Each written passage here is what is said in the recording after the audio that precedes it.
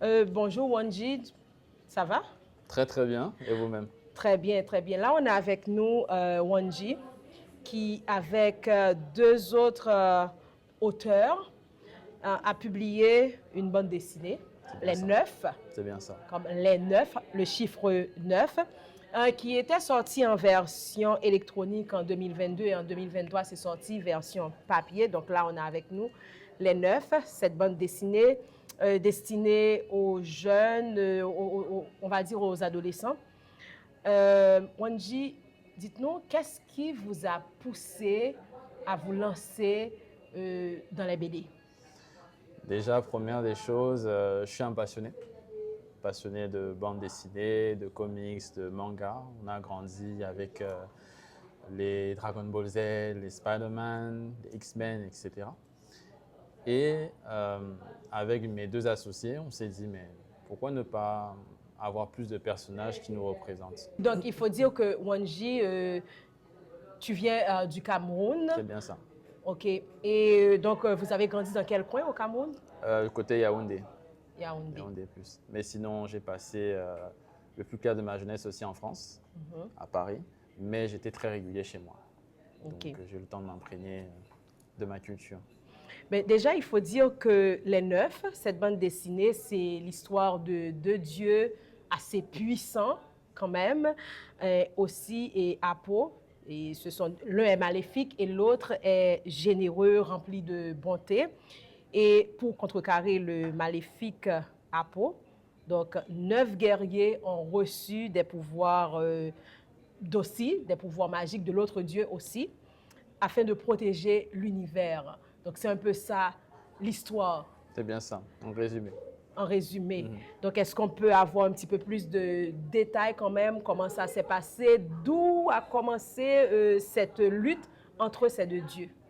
Bah, on s'inspire beaucoup de diverses mythologies, bien entendu. La mythologie égypto-nubienne et aussi des diverses mythologies qu'on retrouve à travers le continent et ses diasporas.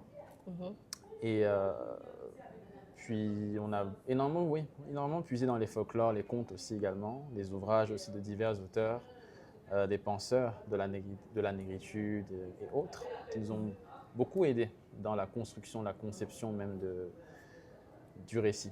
J'ai vu que dans la première épisode a démarré ou bien s'est déroulé même à Port-au-Prince et j'ai vu l'image du quartier Jalousie. Pourquoi Port-au-Prince? Pourquoi Haïti? Donc déjà, Port-au-Prince, la capitale, où tout se passe, où toutes les dynamiques se rencontrent. Haïti, pour nous, terre de résistance, de résilience, terre d'accueil aussi également, terre du panafricanisme aussi. Et dans l'histoire, pour nous, Haïti a la valeur de phare pour tous les afro-descendants en règle générale. Et aujourd'hui, nous avons décidé donc de transposer cet héroïsme au travers de cette bande dessinée. Donc, C'est le même canon. tous les héros de cette bande dessinée, ils sont inspirés, je dirais, des luttes africaines, c'est ça Tout un à peu? fait, tout à fait. Il y aura énormément de références historiques, subtiles, glissées au travers de cette œuvre-là. Et vous venez du Cameroun, Du quelle Cameroun. tribu exactement? Bamileke. Bamileke. Et puis, effectivement, nous avons aussi, déjà le Cameroun a eu aussi cette expérience de lutte, de libération. Et je me considère comme étant un enfant donc de cette lutte-là. Ça a été quand même transmise malgré tout de génération en génération. Et vous, dans votre démarche, Oui. qui est propre à vous, quel message vous voulez envoyer aux jeunes qui auront à lire cette bande dessinée? Le message que je leur envoie est ceci, c'est que l'imaginaire est l'apanage de tous. L'imaginaire est pour tout le monde, quelles que soient vraiment ses origines ethniques. L'imaginaire est pour tout le monde. Maintenant, spécifiquement, pour nous, jeunesse afro, nous avons droit aussi à l'imaginaire. Nous avons droit d'avoir des personnages qui nous ressemblent, des guerriers, des guerrières, des héros, des héroïnes qui nous ressemblent et qui rassemblent. Port-au-Prince, c'est bon, déjà la capitale en Haïti où tout se passe, on peut dire. Haïti, parce que c'est pour nous une, un symbole plutôt de résistance, un symbole de fierté, un symbole de, je dirais, de résilience avant tout. Et comment ça a été la collaboration avec les deux autres co-auteurs? Je dirais que la collaboration a été très très facile parce que nous nous connaissions quand même depuis de nombreuses années. Nous avons fait l'université ensemble. Donc, il y avait une synergie toute naturelle qui s'était installée entre nous lorsque nous avons décidé de nous lancer dans ce projet. Mais je reviens encore sur le déroulement de l'histoire. Donc, ça a commencé à Port-au-Prince, en Haïti. Tout à fait.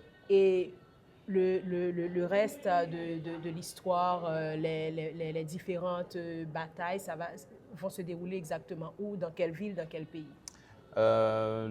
L'épisode 2 va se dérouler aux États-Unis, du côté de Chicago. Le troisième entre la France, donc Paris, et le Cameroun, Douala, Yaoundé, Banganté, mon village d'origine.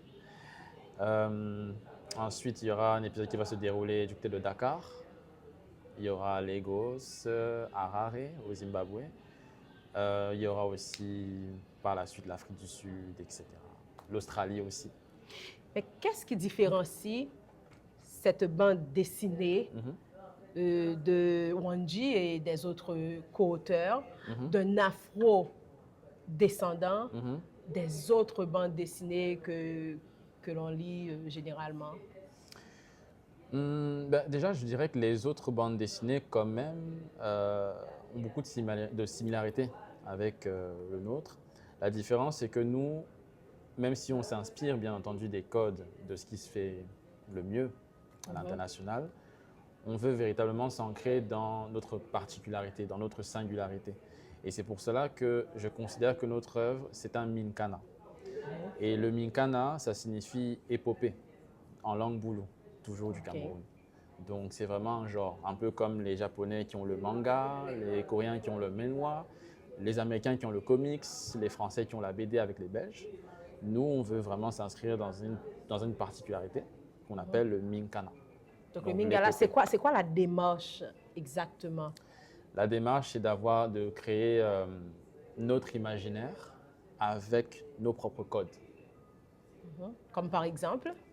Encore une fois, vous voyez le cas des mangas des Japonais, avec un certain style, même un certain style de chara design et de lecture.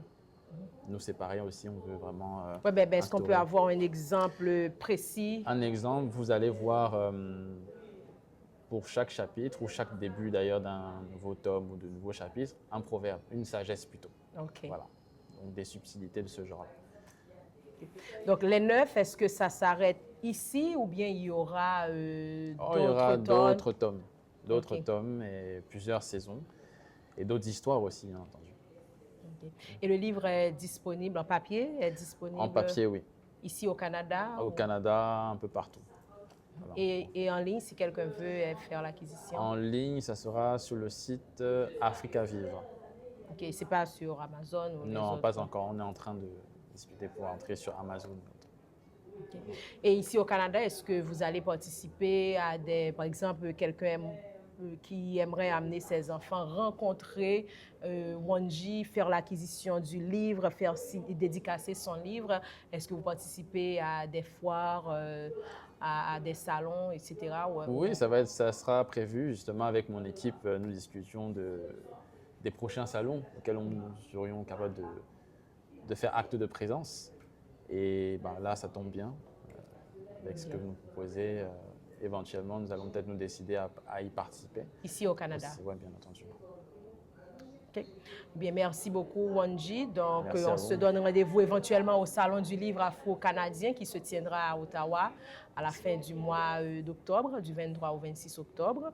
Mais sinon, en ligne, on va faire l'acquisition du livre. C'est ça. Donc, vous êtes ici au Canada de passage jusqu'à quand? Oui, je suis là jusqu'au 29 août, mais je reviendrai régulièrement.